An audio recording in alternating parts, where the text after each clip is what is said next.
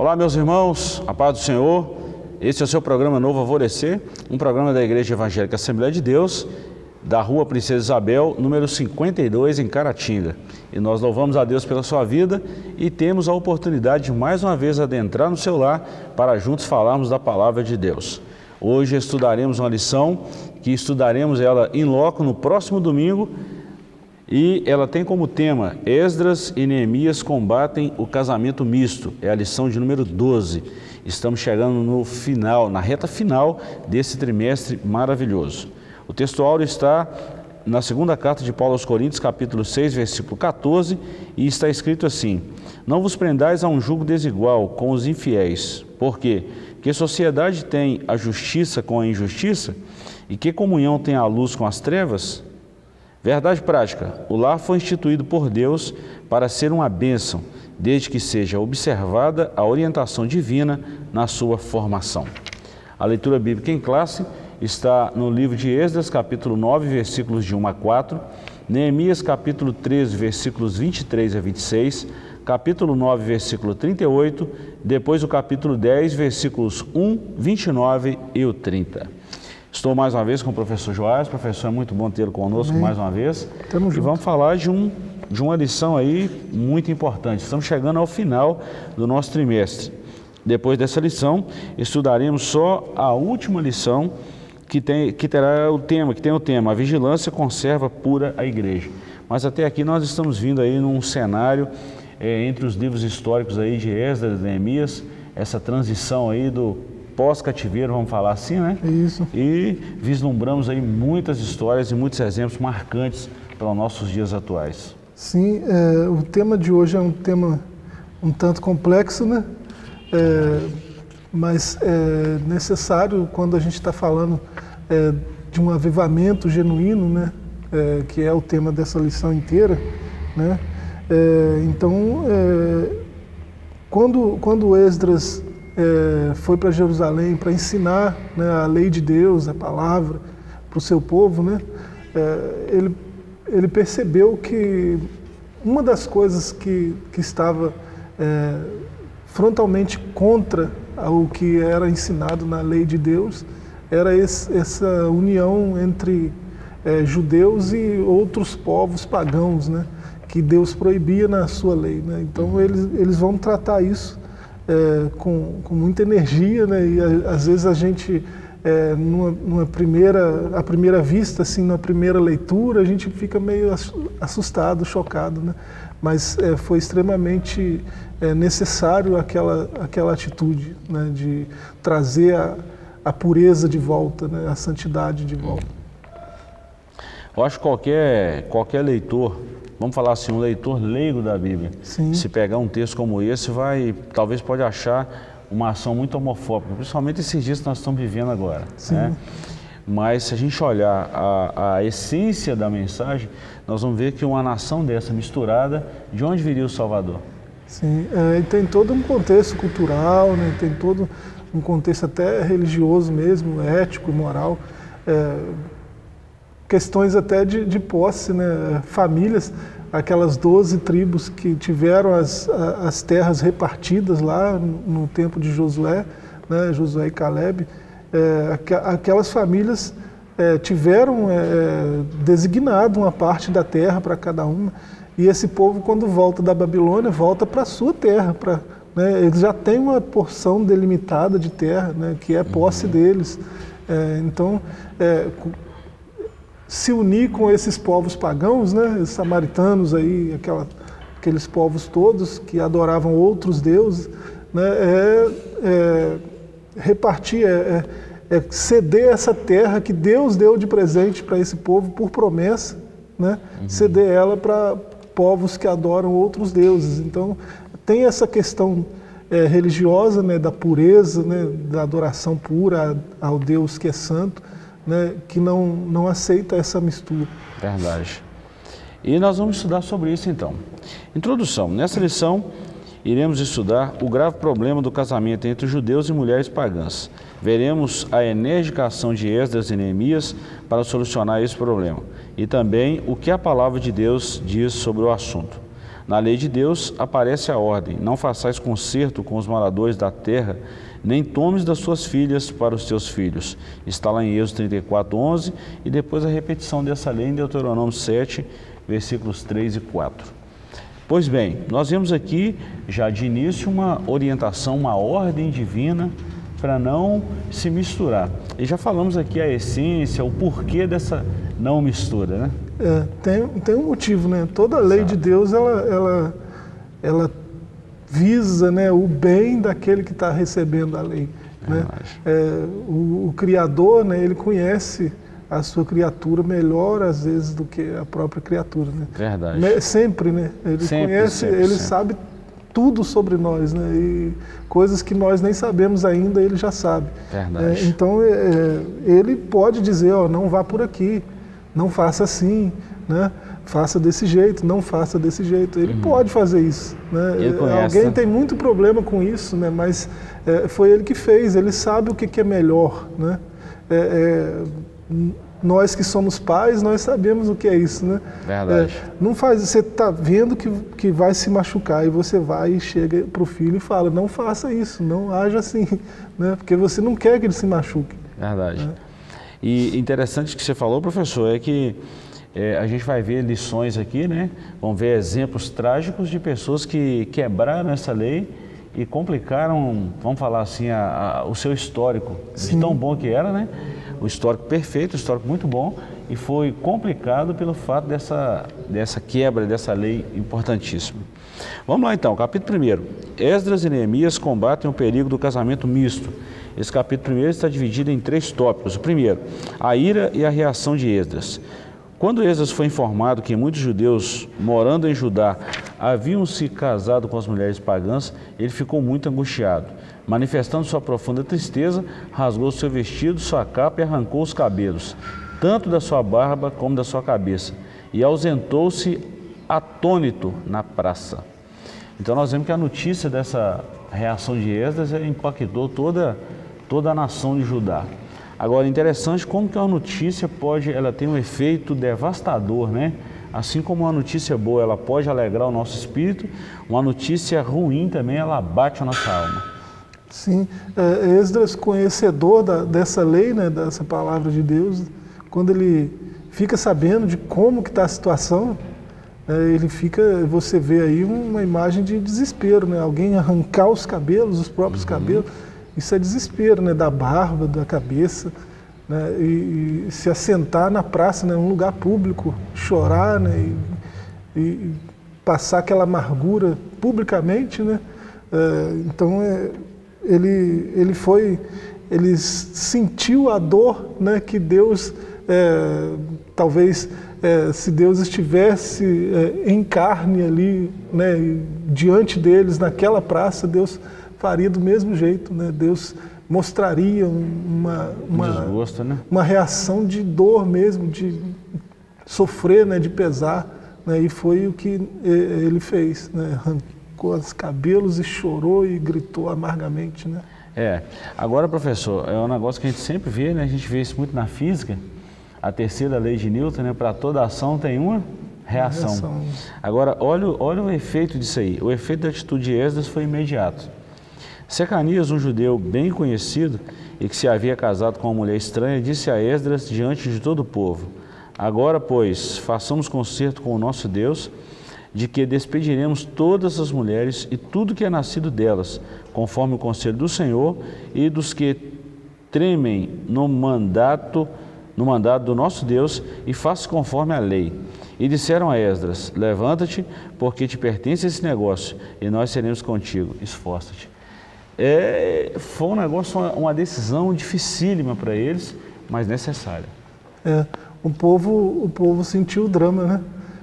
Percebeu que tinha transgredido a lei de Deus, né? E vendo a dor de alguém que conhece a lei de Deus melhor do que eles, né? Eles também se doeram, né? E se comprometeram a reparar a situação, né? Doída essa lição, tá? Sim. Agora pensa o que é mandar esse povo todo embora. Nós vemos isso aí no final do livro de Esdras, né? Mandou o povo embora, aquele choro, aquela amargura.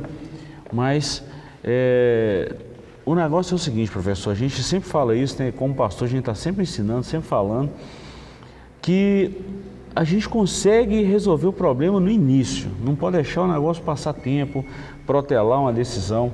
Se eles tivessem observado a lei do Senhor, agora eles não estariam passando por esse problema. Então o problema foi a falta da observância da lei, o não cuidado em observar isso aí. Se eles tivessem observado, não estariam enfrentando esse problema tão amargo, porque o problema agora ele tomou forma. Sim. Antes era só um, agora é ele, a mulher, os filhos, o negócio avolumou. E para tomar essa decisão agora não foi fácil para eles, mas eles fizeram. Sim, e essa verdade continua de pé, né? Fatalmente, toda vez que eu, conhecedor da palavra de Deus, faço algo contrário a esse conhecimento, né? Ajo de forma contrária a esse conhecimento da palavra de Deus, né? Eu estou me insurgindo frontalmente contra a palavra. E toda vez que eu faço isso, eu vou sofrer. Sofrem? Isso é fato, né? A gente pode provar isso empiricamente, né? E eu vou falar um negócio que é muito interessante, né? Que a gente já entrou no ponto 3 aqui mesmo, que o povo arrependeu. Esdras fez o povo, o Esdras falou, fez os concertos com o povo e o povo jurou. A gente vê esse ponto tão destaque em Esdras 10:5. O povo jurou. Agora, você falou um negócio muito interessante sobre essa questão de sofrer consequências ou penalidades por uma quebra de lei. Nós vemos hoje isso no nosso país. Se alguém, por exemplo, infringir uma lei de trânsito, ele vai sofrer uma penalidade, que é a multa. E não adianta ele reclamar.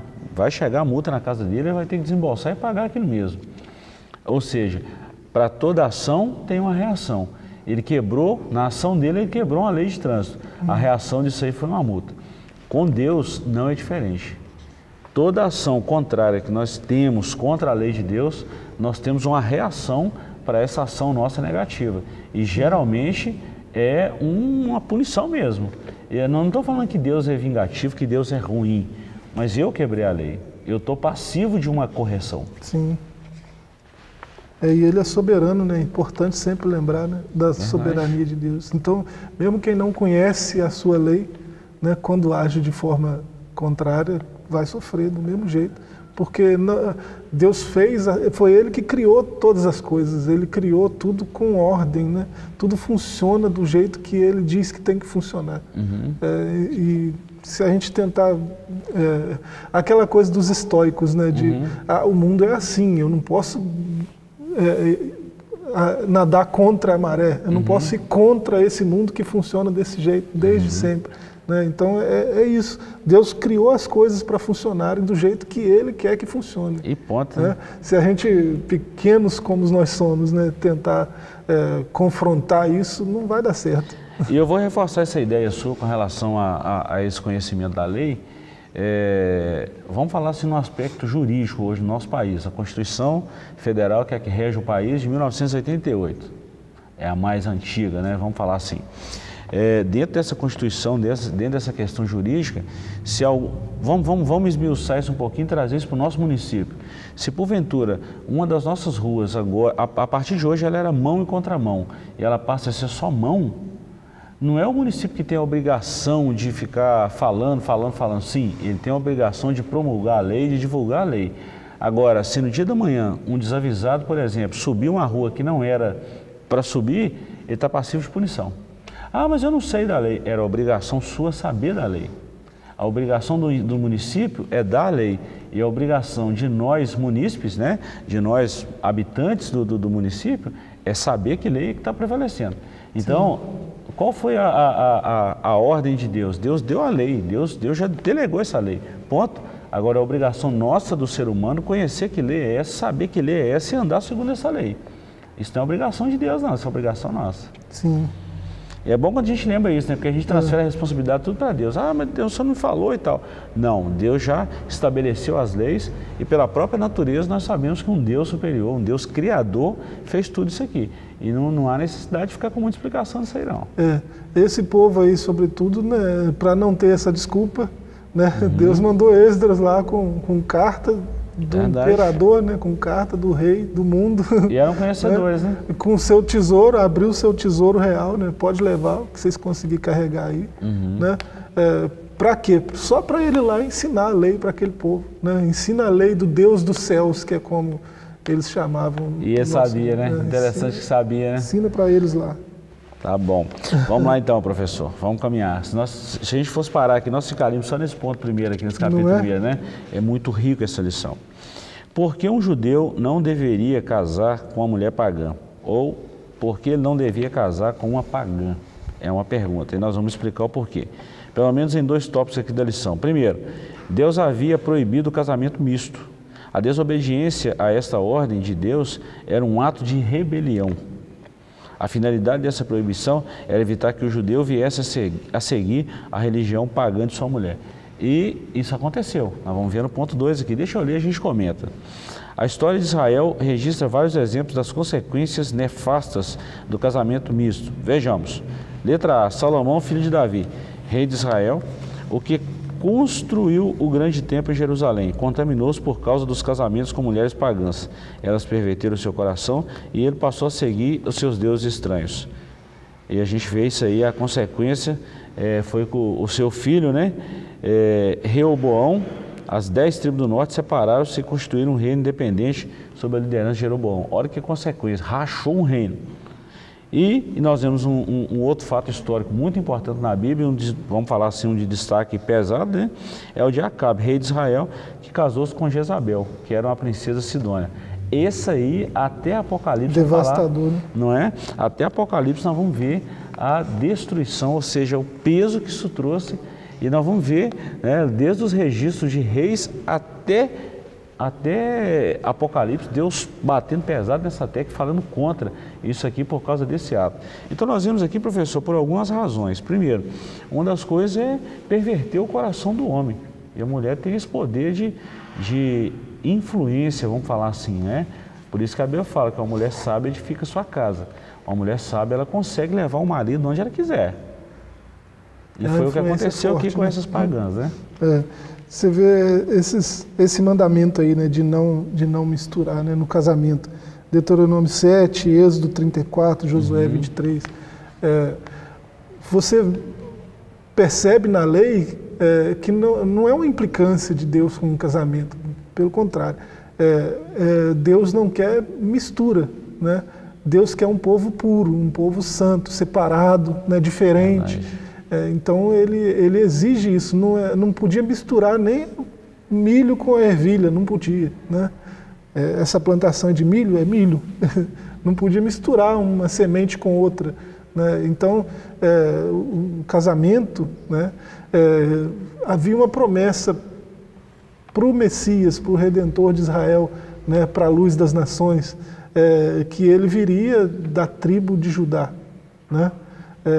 E você vê, milhares de anos depois disso aqui, né, você vê Judá tem sua genealogia intacta, né, e o Messias nasce de Judá, né, de uma tribo pura, né, que manteve a pureza durante milênios, né? Então tem essa questão religiosa da mistura, mas tem essa questão escatológica do Messias também. Verdade. Né? Então, como que o Messias viria de uma mistura? Jamais. Ele é o Redentor de Israel, então ele tinha que vir da semente, de uma semente pura, né? Então, não é questão hoje com essa coisa do politicamente correto, né? A gente coloca um monte de adjetivos, né? Você pensa assim, aí já joga um adjetivo, homofóbico. Você pensa, não, é eugenista, não sei o quê, né? Já te dão adjetivos que nem se sabe o significado daquela coisa, e às vezes o significado é terrível, né? Mas não condiz com o que se está falando. Tudo tem um contexto, né? É preciso conhecer o contexto para saber o que está acontecendo. Isso é muito importante, que é o capítulo 3, apesar de tão pequeno, mas eu quero ler simplesmente uma frase aqui, ó, a sobrevivência do povo judeu. Existem judeus até os dias de hoje, porque, embora espalhados por quase todos os países do mundo, não se misturam com os povos no meio dos quais passaram a viver, conservando-se sempre separados. Uma coisa que eu destaco, talvez nem todos sabem disso, né? E é uma oportunidade boa para a gente falar sobre isso. Mas talvez você não sabe, na nossa cultura latino-americana, vamos falar assim, né? Se eu perguntar talvez para a gente fazer uma atividade retroativa aqui, lembrar dos nossos progenitores, né? Por exemplo, eu vou lembrar do meu pai, do meu avô, do meu bisavô, talvez eu já tenha dificuldade. Do meu tataravô, então, nem se fala. Né? Ou seja, se eu perguntar quem é o pai do meu pai, quem foi o pai do meu pai, quem foi o pai do pai do pai do meu pai, já começa a embolar. A gente quase não sabe isso. A história, a nossa cultura, isso para a gente não faz muito sentido. Para muitas pessoas, para alguns sim, para outros não. Agora, entre um judeu, não. Se você procurar... Tanto é que os primeiros capítulos dos evangelhos, principalmente Mateus e Marcos e Lucas, eles vão falar da genealogia. Um começa lá de Adão e vai até Jesus, e o outro pega de Jesus e volta até Adão, que Adão era filho de Deus. Então a gente vai ver a importância dessa genealogia. Um judeu nato, ele conhece a sua genealogia, as suas raízes e fala a tribo que ele veio. Isso é fato. Então, por isso, a importância também, tanto religiosa como escatológica, da preservação dessa lei. Isso. A pureza, né? A questão da pureza. Deus quer um povo especial, puro, né? Zeloso, de boas obras. Ele fala isso, né? Verdade. Então, para se manter puro, tem alguns sacrifícios até, né? Que devem ser feitos, né? Professor, e numa dessa a gente vê, trazendo para o lado espiritual, o tanto que isso é importante para a igreja. A igreja também não deve se misturar. Sim.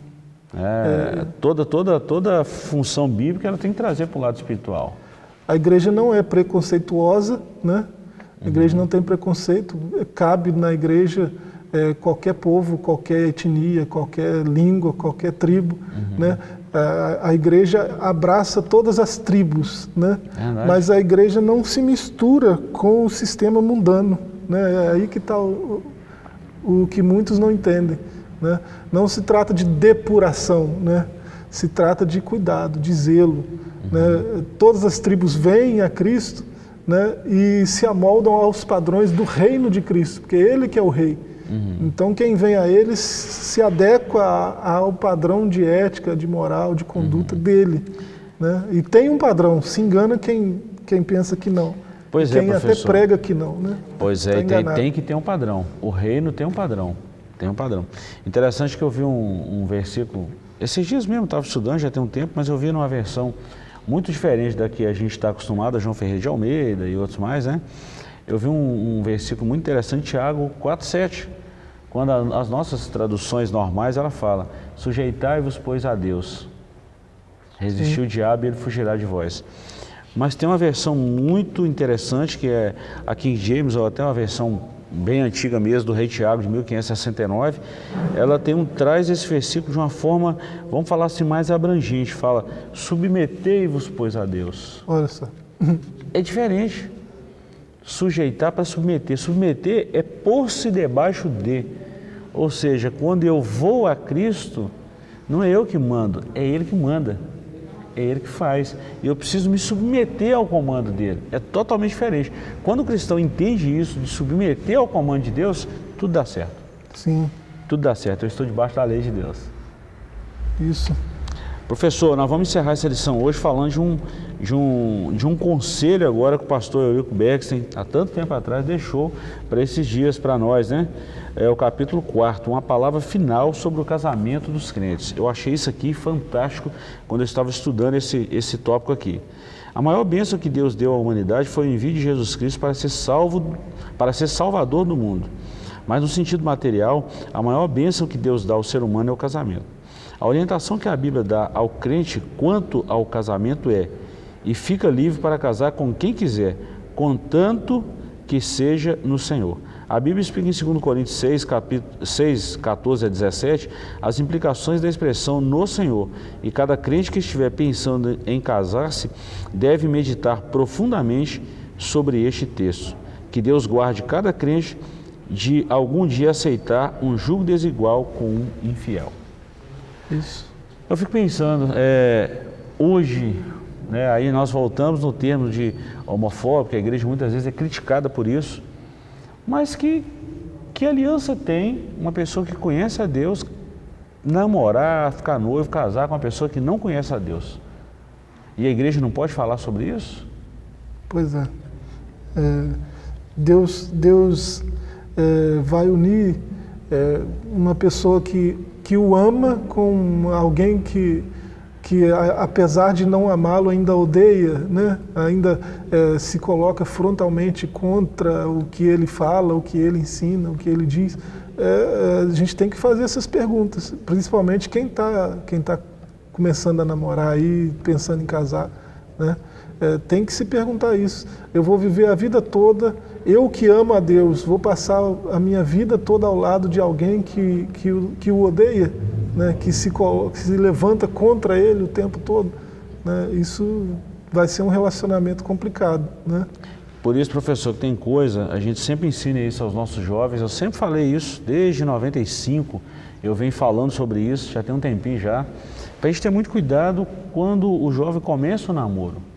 Namoro é um período de conhecimento, apesar de que a nossa, vamos falar assim, a nossa sociedade tem isso como algo arcaico, algo passado já, algo ultrapassado. Não, o período de namoro você tem que conhecer mesmo, mas conhecer de forma mais profunda, ter relacionamentos, porque quando você casar, se não for aquilo ali, está totalmente errado. Não se namora, não se conhece dessa forma. Então eu venho sempre falando que o melhor conhecimento é a observação da lei do Senhor. O melhor conhecimento é a observação da lei do Senhor. Se alguém não ama a lei do Senhor, que aliança eu terei com pessoas assim?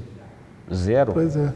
Então, o que aconteceu com o povo de Judá no cativeiro, durante o cativeiro e pós-cativeiro, essa ação de Esdras e Neemias foi uma ação enérgica que precisava mesmo, porque eles se deixaram levar por isso aí. Não confiaram inteiramente no Senhor. E a consequência veio. E a consequência é trágica, né? Não é? Foi pesado. Então, é um conselho muito interessante para quem está pensando em casar, é continuar confiando no Senhor, esperar no Senhor, porque vem a hora certa, vem a pessoa certa, não fazer nada precipitado não. Isso. Pois bem, concluindo essa lição, nós vamos falar do capítulo 5 e a gente fecha essa lição muito importante, a espera em Deus. Findamos esse estudo sobre o casamento misto, onde a palavra de Deus é muito clara nesse apelo. Espera em Deus, o Salmo 27,14, também o 37,7. Jovem, o seu desejo de ter um lar e experimentar a riqueza do amor de um companheiro ou de uma companheira é natural. Lembra-te de que Deus ouve a oração. Quando Eliezer orou pedindo que Deus mostrasse quem seria a noiva de Isaac, recebeu uma gloriosa resposta. Glória a Deus. Uma escolha precipitada, olhando somente para o que está diante dos olhos, pode impedir que recebas aquele ou aquela que Deus tem preparado para ti. Entrega, pois, tua vida e o teu futuro a Deus. Faz que o solitário viva em família. Isso é uma palavra, né? Deus faz com que o solitário viva em família. Salmo 68,6. Deus que trouxe a companheira para Adão, poderá fazer isso por ti. Espera, pois, no Senhor. Se o povo de Israel tivesse atentado a esses conselhos que já estavam escritos na época deles, eles teriam evitado uma consequência, uma trágica decisão que eles tiveram que tomar posteriormente. Sim, mais uma vez reforçando, né, obedecer à palavra de Deus nos livra de sofrimentos posteriores, né? Se eu obedeço agora, eu não sofro amanhã, né? Verdade. O contrário também é verdadeiro, né? Verdade. O conselho da palavra de Deus é confiar nele. Isso. É confiar, unicamente confiar no Senhor. Fechamos bem, né? É isso. É isso aí. Chegamos ao final dessa lição, queremos te agradecer pela companhia até aqui. Lembrando que ainda teremos mais uma lição, a última lição desse trimestre, a lição de número 13, e gostaríamos de contar com a sua audiência, com a sua participação. Deus te abençoe, continue ligado conosco através das nossas mídias sociais, a DEC TV Oficial, é a nossa página no Instagram e também o nosso canal no YouTube. Lá você pode ouvir mensagens e mensagens que vão edificar a sua vida e vão te aproximar mais de Deus. Deus te abençoe e te guarde, que você tenha uma excelente semana e até a próxima semana, se Deus nos permitir. Até lá.